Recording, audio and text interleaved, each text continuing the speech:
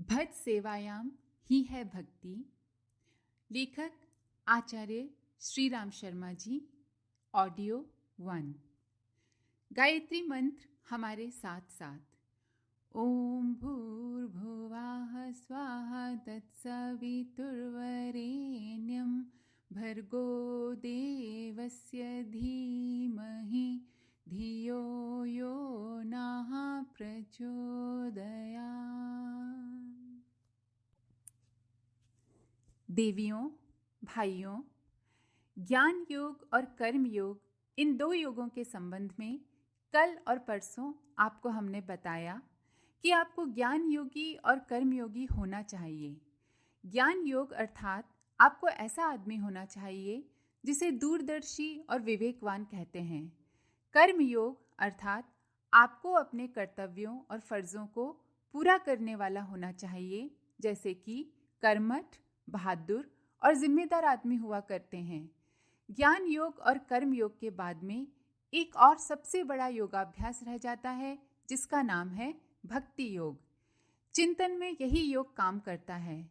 जीवन में इसका समावेश होना चाहिए। वे योग अलग हैं जिनमें किसी तरह के अभ्यास किए जाते हैं। वह योगाभ्यास कहलाते हैं, जैसे प्राणायाम वगैरह।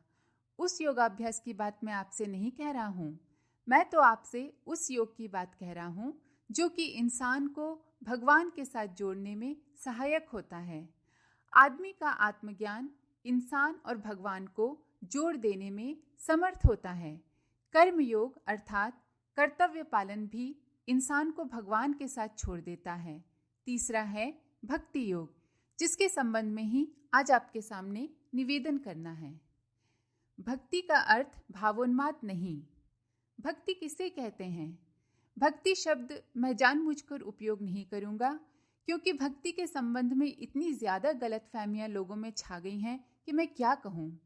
लोगों की संवेदनाएं, भावनाएं उभर आएं और वह केवल रोने लगें, नाचने लगें, उचकने लगें, मस्तक झुकाने लगें, हाथ जोड़ने लगें, प्रार्थना करने लगे, आंसू बहाने लगे, बस हो गई भक्ति। नहीं, ये भक्ति नहीं है। ये तो एक तरीके से भावोन्माद है, भाव संवेदना है, जो कईयों को, देरी आदमियों को होता है। लोग बात बात पर हंस जाते हैं। बहुत सी औरतें ऐसी होती हैं कि जरा सी बात हुई, गलत बात हुई और रोने लगती हैं। ये भावुकता है। सामूहिक भावुकता भक्ति की निशानी नहीं है, जैसे कि आमतौर से लोग समझते हैं।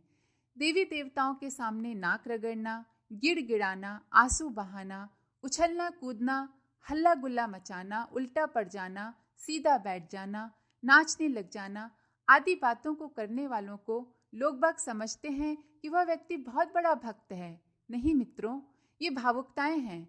भावुकता की दृष्टि से तो ये क्रियाएं ठीक हो भी सकती हैं, लेकिन जहाँ तक आध्यात्मिक उन्नति का संबंध है, इस तरह की भक्ति का योग से कोई सीधा संबंध नहीं है और न सीधे भगवान से ही। यह भक्ति योग नहीं है। भक्ति किसे कहते हैं? भक्ति का सीधा सादा अर्थ होता है प्यार और मोहब्बत। प्यार और मोहब्बत आदमी के भीतर की एक ऐसी विशेषता है जो जिस आदमी के भीतर होगी उसको आरंभ से ही स्नेह से लबालब खुशहाल बनाए रखेगी। प्यार के बिना आदमी तो कहीं है ही नहीं। आनंद की तलाश में जीवात्मा इधर उधर घूमता रहता है। कभी इसके पास जाता है, कभी उसके पास जाता है, कभी वहां जाता है कि कहीं तो उसको आनंद मिल जाए, कहीं सुख मिल जाए और जीवन का आनंद उठा ले। वस्तुतः लोग समझते हैं कि वस्तुओं में आनंद होता है, जैसे कि खाने पीने की चीज़ों में लोग समझते हैं और कहते हैं आज तो बड़ा आनंद आया, खाने को मिठाई मिली, नमकीन मिली, कचौड़ी मिली। क्या यही आनंद है? नहीं, ये आनंद नहीं है। ये तो संवेदना है, आदमी की जीभ का जायका है। ये स्थायी नहीं हो सकता। जितनी देर तक आपका पेट नहीं भरा है, उतने समय तक के लिए तो ये हो भी सकता है कि आपको खाने के लिए जायकेदार चीज़ें मिले, लेकिन वह तो क्षणिक हुआ ना। इसी प्रकार दूसरी तरह की चीज़ें हैं, जैसे आँखों से कोई दृश्य देखना है तो आप थोड़े समय तक ही तो उसे देखेंगे। 2-2.5 घंटे में सिर घूमने लगेगा और आपकी आंखें खराब होने लगेंगी। आप कितनी देर तक बैठेंगे सिनेमा में? ज़्यादा देर तक नहीं बैठ सकते। यही बात काम वासना के संबंध में है। काम वासना का कितनी देर तक का सुख होता है, कुछ सेकंडों का सुख होता है और इसके बाद में वही बातें बड़ी बुरी मालूम होने लगती हैं। भीतर की मोहब्बत ही है आनंद। मित्रों, आनंद उस चीज का नाम है जो इंद्रियों से ताल्लुक नहीं रखता, वरन जीवात्मा से ताल्लुक रखता है। जीवात्मा का आनंद किस तरीके से मिल सकता है, इसका एक ही उत्तर है और एक ही जवाब है। क्या उत्तर है? यही कि आदमी के भीतर की मोहब्बत का ही दूसरा नाम आनंद है। उसी का नाम प्यार है, उसी का नाम प्रसन्नता है, उसी का नाम उत्साह है, उसी का नाम उल्लास है, उसी का नाम भाव संवेदना है। ये सब प्यार के ऊपर टिका हुआ है। आपने देखा है ना कि आप प्यार किस चीज़ को करते हैं? जो अपना है, जिसको आप अपना समझते हैं, उसी से तो प्यार करते हैं। जैसे आपकी साइकिल है, उसी भर से आप प्यार करते हैं। अन्यथा उस साइकिल स्टैंड पर इतनी सारी साइकिलें रखी हैं कि उनमें से किसी में छेद हो रहा है, कोई धूप में पड़ी है, लेकिन आपको तो केवल अपनी साइकिल की फिक्र है कि इसे लेकर हमको चलना चाहिए। जब तक कोई मोटर आपकी है तब तक तो आपको ख्याल है कि इसकी मरम्मत होना चाहिए। जब कोई बच्चा उसको छूने लगता है तो आप उसे भगा देते हैं। लेकिन अगर पड़ोसियों की मोटरें खड़ी हैं, बस स्टैंड पर मोटरें खड़ी हैं, तब आपको उनसे क्या लेना देना? जो चीज़ें अपनी हैं, केवल वही चीज़ें प्यारी लगती हैं। मित्रों, वस्तुतः यह प्यार ही खुशी की आवाज़ होती है। आप हर चीज़ को अपनी मानना शुरू कीजिए, फिर देखिए कि वो आपको प्यारी लगेगी कि नहीं। अपना बच्चा काला कुरूप होता है, नाक टपकती रहती है, पेट बड़ा हुआ होता है, बहुत बुरी आदतें भी होती हैं, फिर भी आप उसे गोद में लिए फिरते हैं क्योंकि वो हमारा है। लेकिन अगर पड़ोसी का बच्चा मचलता रहे और आपकी गोदी में आने की कोशिश करे तो आप उसे धमकाकर भगा देते हैं। क्यों? बच्चे तो सब एक से होते हैं। नहीं साहब, वो हमारा है इसलिए प्यारा है। हमारा होने से जो कोई भी चीज़ हमारे पास है या होगी बड़ी अच्छी मालूम पड़ेगी, खुशनुमा मालूम पड़ेगी, प्यारी मालूम पड़ेगी और उसकी उपस्थिति में भी आपको आनंद मिलेगा। जिनको आप अपना मित्र मानते हैं, सबसे प्यारा मानते हैं, उनका साथ मिलने में कितना आनंद आता है। जिनको आप अपना मित्र मानते हैं, यदि वे आपके घर आ जाते हैं, कितनी खुशी होती है। क्यों? इसलिए कि आप उनको अपना मानते हैं। अगर ऐसा ना माने तब? कोई भिखारी आ जाए तब? कोई ऐसा मेहमान आ जाए जो आपका समय खराब करने चला आए, जिससे आपको कोई फ़ायदा नहीं है, जिससे आपकी कोई जान पहचान नहीं है, तब क्या आप उसको पसंद करेंगे, स्वागत करेंगे, चाय पिलाएंगे, घंटों बातचीत करेंगे? नहीं, ऐसा नहीं हो सकता। आपसे कोई कामकाज की बात भी होगी तो 2 मिनट में बात करने के बाद आप उसे भगा देंगे, कहेंगे भाई समय मत खराब कीजिए। ऐसा क्यों? एक मित्र जो आपके नज़दीक आया था, उसका आप इतना स्वागत कर रहे थे, घंटों घुल मिल कर बात कर रहे थे, अपना काम भी हर्ज कर रहे थे, दूसरा भी तो आदमी था, उससे क्यों नहीं की? क्योंकि वो हमारा नहीं था। डाले प्यार की आत्मीयता की टॉर्च। मित्रों, अपने और पराये का जो ये फ़र्क है वो बहुत बड़ा फ़र्क है। अपना घनिष्ठ होता है। आपने देखा है ना कि जब कभी आप टॉर्च जलाते हैं तो जितनी चीज़ों के ऊपर टॉर्च का प्रकाश पड़ता है उतनी दायरे की चीज़ें चमकती हैं, लेकिन जहाँ टॉर्च का प्रकाश नहीं पड़ता वहाँ अंधकार छाया रहता है। आप प्यार की टॉर्च, आत्मीयता की टॉर्च जहाँ कहीं भी डालेंगे, जिस किसी पर भी डालेंगे, वही चीज़ खुशनुमा मालूम पड़ेगी। हर तरीके से अच्छी अच्छी बातें मालूम पड़ेंगी, सुंदर मालूम पड़ेंगी, बढ़िया मालूम पड़ेंगी। लेकिन जिसको आप पराया मान लेंगे, वो कैसा ही सुंदर क्यों ना हो, कैसा ही लुभावना क्यों ना हो, आपको उससे कोई खास लगाव नहीं हो सकता। लैला और मजनू का किस्सा सुना होगा आपने। लैला स्याह काले रंग की थी, बिल्कुल काली कलूटी, लेकिन मजनू उसके ऊपर इतना फिदा था कि उसने अपनी सारी जिंदगी को तबाह कर डाला। उसने कहा, मैं लैला के बिना जिंदा नहीं रह सकता। मित्रों, शक्ल सूरत कैसी भी कुरूप भोंडी क्यों ना हो, लेकिन जिस किसी के साथ भी आदमी अपनापन जोड़ लेता है वो बहुत अच्छा मालूम पड़ता है, बड़ा आनंददायक मालूम पड़ता है। जो पराई चीज़ें होती हैं वो डरावनी मालूम पड़ती हैं। शेर के बच्चे शेरनी के साथ खेलते रहते हैं, दूध पीते रहते हैं, क्योंकि वे समझते हैं कि ये हमारी है। शेरनी अपने बच्चों को देखकर प्रसन्न होती है, नाराज भी नहीं होती। लेकिन अगर लोमड़ी के बच्चे आ जाएं, खरगोश के बच्चे आ जाएं, तब शेरनी उनका सफाया कर देती है, क्योंकि वे पराए हैं। अपने और पराए में बहुत फर्क है। साथियों, रस को आनंद कहा जाता है। यही बात हमारे शास्त्रों में बताई गई है। रसौ वै सः, अर्थात भगवान क्या है? रस है। रस किसे कहते हैं? रस आनंद को कहते हैं। आनंद कहाँ है? भगवान में है। भगवान कैसा होता है? आत्मीयता आप जिसके ऊपर आरोपित कर लेते हैं, वही आपके आनंद का माध्यम बन जाता है। भगवान के ऊपर आप अपनेपन का आरोपण कर लें तो भगवान की भक्ति का आपको बेहद आनंद आएगा। फिर आप कहेंगे वे हमारे हैं और हम उनके हैं। मीरा ने अपना संबंध भगवान से स्थापित कर लिया कि यही हमारे पति हैं। गोपियों ने भी ये मालूम कर लिया था कि ये हमारे सबसे अजीज और प्यारे हैं। बस क्या था, भगवान श्री कृष्ण उनको प्यारे लगने लगे, अपने लगने लगे। अगर उन्हें ये मालूम पड़ता कि वे पराए हैं तो क्या होता? आपने देखा नहीं भगवान श्री कृष्ण के बारे में जरासंध की, कंस की, दुशासन की, शिशुपाल की और भी ढेरों आदमी थे। उनकी क्या मान्यता थी?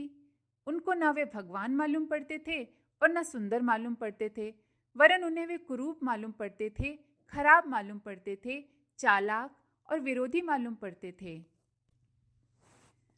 ध्वनि की प्रतिध्वनि है प्यार। ध्वनि की प्रतिध्वनि है प्यार।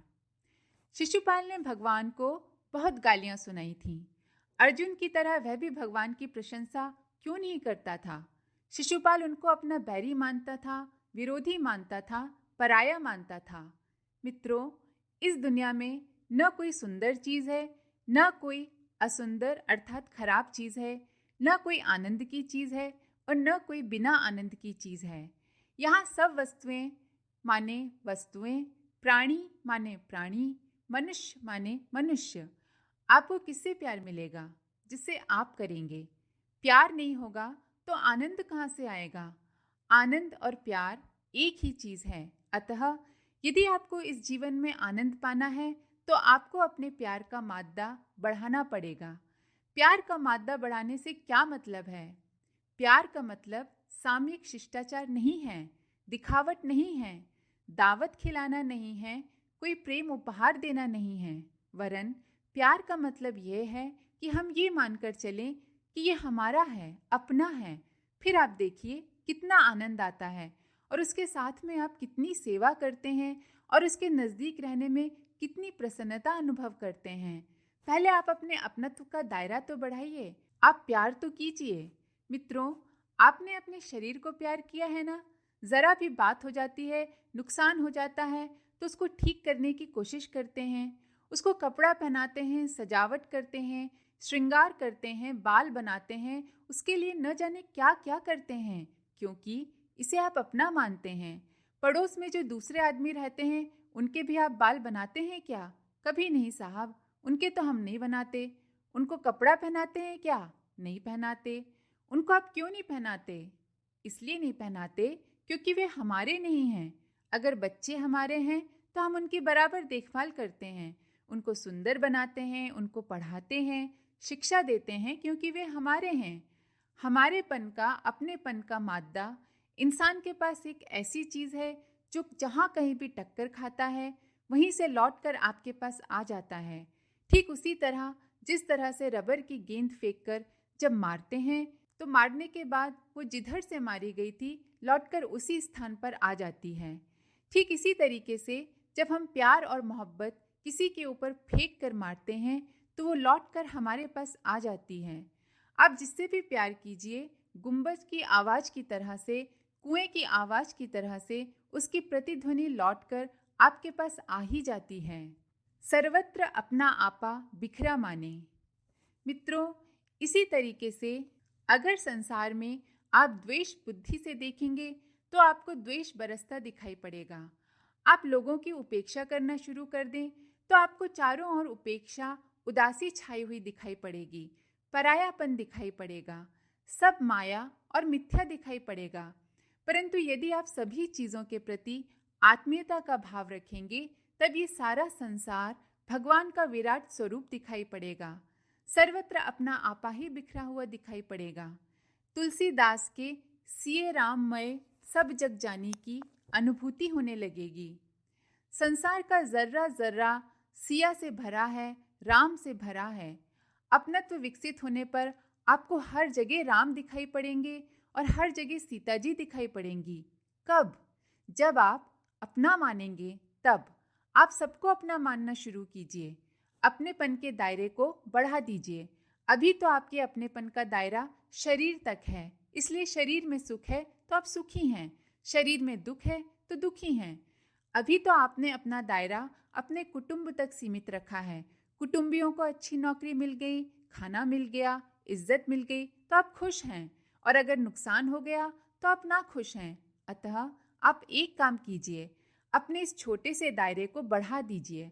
आप अपने आप को सारे विश्व तक फैला दीजिए, तब सारी चीजें आपकी हो जाएंगी। स्वामी राम तीर्थ अपने आप को राम बादशाह कहते थे। वे कहते थे कि मैं बादशाह हूँ। आप किसके बादशाह हैं? बादलों का बादशाह, नदियों का बादशाह, पहाड़ों का बादशाह। वे कहते थे कि मैं उनके ऊपर जा सकता हूँ और देख सकता हूँ। ये सब उनका ख्याल था, क्योंकि वे समझते थे कि सारी दुनिया मेरी है, मैं दुनिया का मालिक हूँ। वे अपने को बादशाह कहते थे। इसमें कोई रुकावट थी बताइए? कोई रुकावट नहीं थी। कोई नदी का पानी पीना चाहे तो उसे कौन रोक सकता है? सड़क पर चलना चाहे तो कौन रोकता है? बादलों को निहारना चाहे तो कौन रोकता है? किसी चिड़िया के आगे दाना फेंकते हैं तो कौन रोकता है? किसी की सेवा शुश्रूषा करने लगे तो कौन रोकता है? केवल बुराइयों के संबंध में तो रोकथाम हो सकती है कि किसी के साथ में आप चोरी का व्यवहार करें, लड़ाई झगड़े का व्यवहार करें तो कानून भी आपको रोक सकता है। लेकिन आप किसी से मीठे वचन बोलें, किसी की मदद कर दें, किसी के काम आए, तब भला आपको रोकने वाला कौन है? इसलिए मित्रों, भक्ति न केवल भाव संवेदना से ताल्लुक रखती है, वरन व्यक्ति के बहिरंग जीवन से भी उसका ताल्लुक है। भक्ति या मोहब्बत ये सिखाती है कि हमें दूसरों की मदद करनी चाहिए। आप जिससे भी मोहब्बत करेंगे, उसकी सेवा करने के लिए आप खुशी खुशी तैयार हो जाएंगे। आपकी यदि अपनी साइकिल है तो आप इसे झाड़ेंगे, पोछेंगे, उठाकर रख देंगे, तेल डालेंगे। आपका अपना बच्चा है तो उसे अपनी गोद में उठाएंगे, बिठाएंगे, पढ़ाएंगे, लिखाएंगे, शिक्षा देंगे। आप उनके माँ बाप हैं तो उनके लिए क्या कुछ नहीं करेंगे? आपकी धर्मपत्नी है तो क्या उसके लिए कुछ करेंगे नहीं? हम जिस किसी से भी आत्मीयता रखते हैं, उसके लिए कुछ करने की इच्छा होती है। प्यार का वास्तविक रूप यही है। प्यार का वास्तविक स्वरूप सेवा में निखरता है। आप किसके साथ में प्यार करते हैं और किसके साथ में प्यार नहीं करते, इसकी पहचान सिर्फ यही है कि जिसको आप प्यार करते हैं उसकी आप सेवा करना चाहते हैं कि नहीं। प्यार सेवा करना सिखाता है। प्यार अनुदान सिखाता है। प्यार अपने प्यारे को सुखी बनाने के लिए स्वयं कष्ट उठाता है और सामने वाले प्रेमी को सुखी बनाता है। देशभक्ति इसी का नाम तो है। विश्व भक्ति इसी का तो नाम है। भगवान की भक्ति इसी का नाम तो है कि भगवान को आप प्रसन्न बनाएं, इसके लिए योगदान करें। आप हैरान होते हो तो हो, पर बच्चों को आप सुखी बनाएं, देश को आप सुखी बनाएं, ऐसी हैरानी में भी आदमी प्रसन्न रहता है।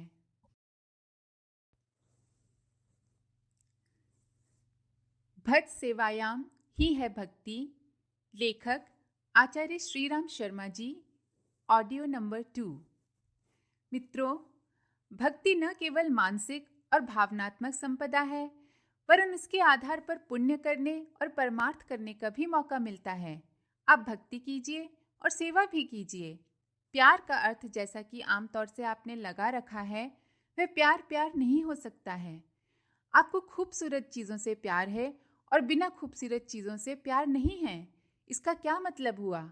खूबसूरत है तो क्या, बिना खूबसूरत है तो क्या? ये संसार एक बगीचा है, इसमें सभी तरह की चीज़ें हैं। हमारा सीमितपन क्यों हो? हम मोह के बंधन में क्यों बंधें? मोह और बंधन एक ही तरह से होते हैं।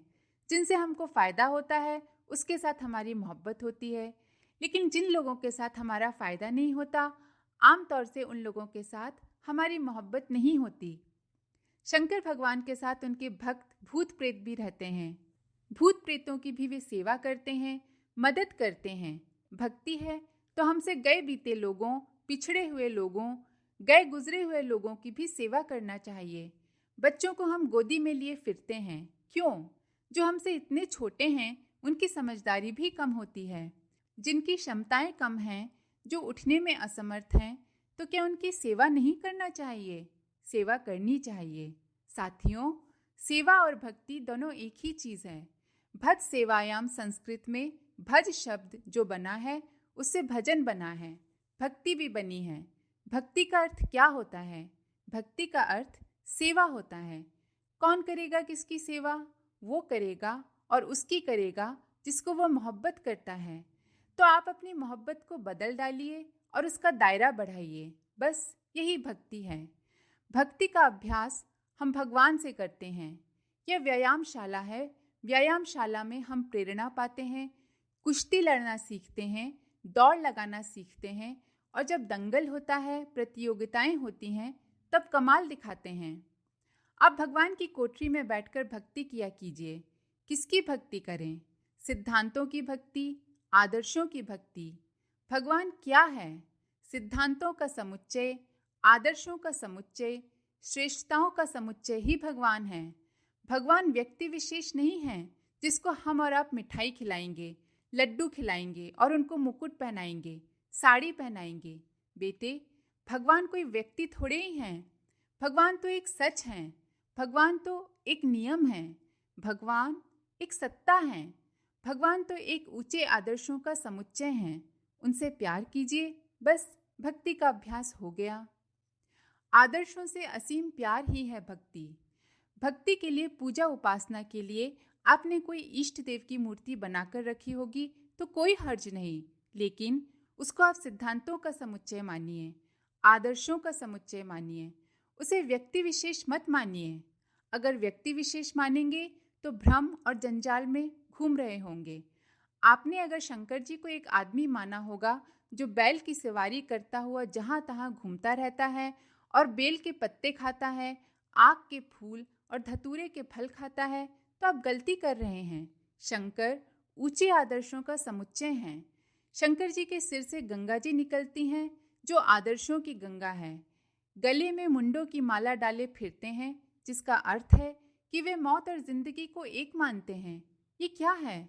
सिद्धांत है। उनके मस्तक पर चंद्रमा टिका हुआ है, अर्थात वे मानसिक संतुलन बनाए हुए हैं। भूत प्रेतों को हमेशा साथ लिए फिरते हैं। इसका मतलब है कि वे गए गुजरे और पिछड़े हुए आदमियों की बात करते हैं। शमशान में रहते हैं, अर्थात वहाँ रहते हैं जहाँ की अस्त व्यस्तता छाई हुई है, जहाँ नीरसता छाई हुई है, जहाँ कोलाहल छाया है। वहाँ पर रह करके अपनी विशेषता के कारण शांति और भक्ति का वातावरण बना देते हैं। ये शंकर भगवान की विशेषता है। इस तरह शंकर भगवान क्या हैं? सिद्धांतों का समुच्चय हैं। ठीक इसी तरीके से भगवान का प्रत्येक रूप सिद्धांतों का एक समुच्चय है।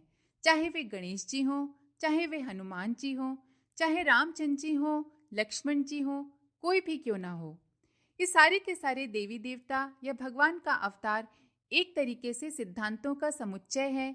श्रेष्ठता के, दिव्य गुणों के, उच्च आदर्शों के समुच्चय हैं।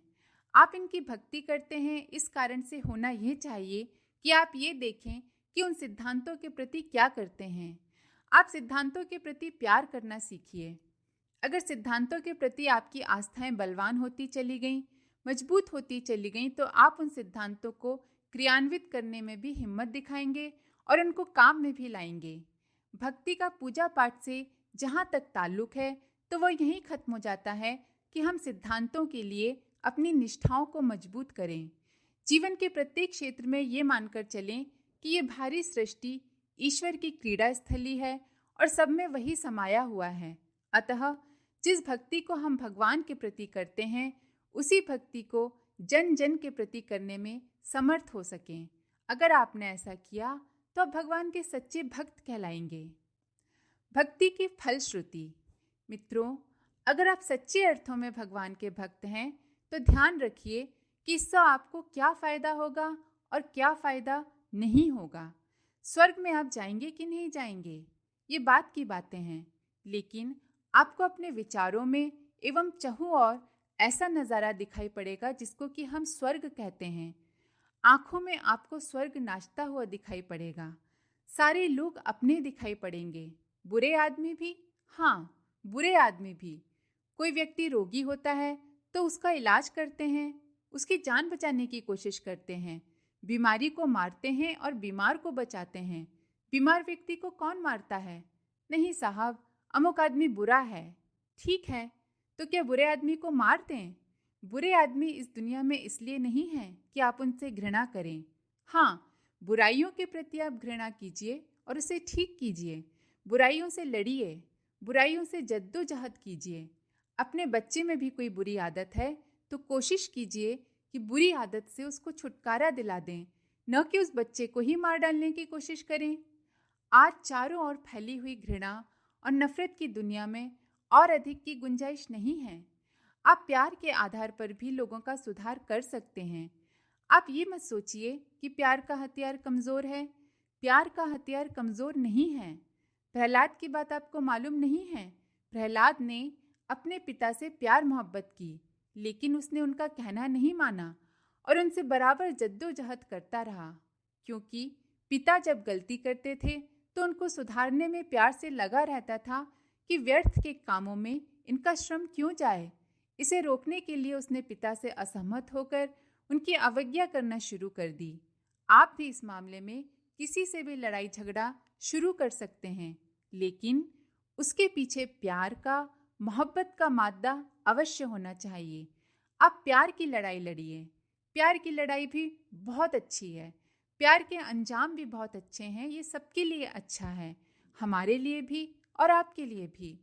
इससे हमारे आनंद में हजारों गुना वृद्धि हो जाती है, हमारी खुशहाली में वृद्धि होती है, हमारी शांति में वृद्धि होती है, हमारी गौरव गरिमा की वृद्धि होती है। और हम गरीबी में रहते हुए भी, अभावों में रहते हुए भी चारों ओर प्यार और मोहब्बत की नज़र डालते हैं तो हमारी खुशी का ठिकाना नहीं रहता। ये आपके हाथ में है कि आप खुशी अपनी मुट्ठी में रखें, सब और खुशी देखें, आनंद देखें। अगर आप अपनी भक्ति के लिए ये दृष्टिकोण बना सकें तो आपके लिए चारों ओर आनंद ही आनंद है। आनंद आपके अंदर ही छुपा हुआ है। साथ ही साथ आपके चारों ओर अमृत ही अमृत बिखरा हुआ है। आप चाहें तो इसे समेट भी सकते हैं और चाहें तो पी सकते हैं और दूसरों को भी पिला सकते हैं। ऐसा मेरा विश्वास है। आज की बात समाप्त। ओम शांति। विश्व प्रेम ही ईश्वर प्रेम। एकांगी उपासना का श्रेय विकसित कर अपना अहंकार बढ़ाने वाले व्यक्ति ईश्वर के सच्चे भक्त नहीं कहे जा सकते। परमात्मा सर्व न्यायकारी है। वह ऐसे भक्त को जो अपना सुख अपना ही स्वार्थ सिद्ध करना चाहता हो कभी पार नहीं कर सकता। संसार के और भी जितने प्राणी हैं वे सब भी उसी परमात्मा के प्यारे बच्चे हैं। किसी के पास शक्ति कम है, किसी के पास गुण कम है, तो इससे क्या? अपने सभी बच्चे पिता को समान रूप से प्यारे होते हैं। जो उसके सभी बच्चों को प्यार कर सकता है, परमात्मा का वास्तविक प्यार उसे ही मिल सकता है। केवल अपनी ही बात, अपने ही साधन सिद्ध करने वाले व्यक्ति लाख प्रयत्न करके भी उसे प्राप्त नहीं कर सकते। प्रेमी भक्तों का लक्षण बताते हुए गीता में भगवान कृष्ण ने लिखा है, अद्वेष्टा सर्वभूतानां मैत्रः करुणैव च निर्ममो निरहंकारः सम दुख सुख शमी संतुष्टः सततम योगी यतात्मा दृढ़ निश्चया मय्यर्पित मनोबुद्धिर्योमद भक्त समय प्रिय। हे अर्जुन, मैं उन भक्तों को प्यार करता हूँ जो कभी किसी से द्वेष भाव नहीं रखते, सब जीवों के साथ मित्रता और दयालुता का व्यवहार करते हैं, ममता रहित, अहंकार शून्य, दुख और सुख में एक सा रहने वाले, सब जीवों के अपराध को क्षमा करने वाला, सदैव संतुष्ट, मेरा ध्यान करने वाला विरागी, दृढ़ निश्चयी और जिसने अपना मन तथा बुद्धि मुझे समर्पित कर दिया है, ऐसा भक्त मुझे अतिशय प्रिय है। यहाँ हमें एक बात समझ लेनी चाहिए कि ये सारा संसार भगवान के एक अंश में ही स्थित है। छोटे बड़े, अच्छे बुरे सब उसी के बनाए हुए हैं। उनके हित और कल्याण का भी उसे ध्यान होना चाहिए। केवल अपनी अपनी इच्छाओं की तृप्ति के साथ द्वेष न करें। सुख की इच्छा में प्रतिस्पर्धा आवश्यक है। कामनाग्रस्त मनुष्य किसी की भलाई भी क्या कर सकेगा और ऐसा व्यक्ति परमात्मा की दया का अधिकारी भी क्यों बन सकेगा? चराचर जगत में एक ईश्वर की सत्ता ही अनेक रूपों में कार्य कर रही है। ईश्वर के एक अंग की उपासना की जाए और अन्यों की बिल्कुल उपेक्षा की जाए तो परमात्मा उस भक्त से कैसे संतुष्ट हो सकता है? भक्ति का स्वरूप सर्वांगीण होना चाहिए। मुंह से भोजन कराया जाए और पांवों को बांधकर एक और पटक दिया जाए तो वह परमात्मा अपने उपासक की भावनाओं से कैसे संतुष्ट हो सकेगा? ईश्वर के पारलौकिक और अदृश्य जगत को यदि माना जाए और संपूर्ण संसार को, उसकी देह को उससे भी उतना ही प्यार होना चाहिए जितना प्राण से। देह की उपेक्षा से प्राणों का अस्तित्व भला कहीं संभव हो सका है? ईश्वर के उपासक में श्रद्धा, भक्ति, एकाग्रता, बुद्धि की तीक्ष्णता के साथ साथ जीव और प्रेम का भी समन्वय होना चाहिए, क्योंकि प्रेम ही विश्व का आधार है, विश्व की आत्मा है। ईश्वर प्रेम भी विश्व के अंतर्गत है। प्राणी मात्र के साथ सद्व्यवहार, आत्मीयता और मैत्री की भावना रखने वाले लोग उसे बिना साधन प्राप्त कर लेते हैं। चतुर्जनों की यह रीति है कि वे किन्हीं महापुरुषों की कृपा प्राप्त करने के लिए उनकी प्रिय संतान की सेवा और प्यार करते हैं। अपने आत्मीय जनों को प्यार करता हुआ देखकर उन्हें कठोर हृदय के व्यक्तियों को भी पिघलता देखा गया है। फिर परमात्मा जो इतना सहृदय और दयालु है, वह अपने बालकों के प्रति कर्तव्य भावना को पूरा हुआ देखकर भला क्यों न प्रसन्न होगा? इससे तो वे भक्त की अन्य कामनाएं भी सहर्ष पूरी कर देते हैं। वेद में कहा गया है कि जो लोग संपूर्ण प्राणियों के हित में संलग्न रहते हैं, परमात्मा उनका भार स्वयं वहन करता है। पर समाज के प्रति अपने कर्तव्यों का समुचित रीति से पालन न करने वाले ईश्वर भक्त आत्म कल्याण में समर्थ नहीं होते। समाज भी तो मनुष्य का अपना ही स्वरूप है। अपने स्वार्थ की पूर्ति में उद्यत रहा जाए, पर अपने ही समान अपने समाज के प्रति परमार्थ का ध्यान न रखा जाए तो उस ईश्वर उपासना से आत्मसंतोष होना असंभव है।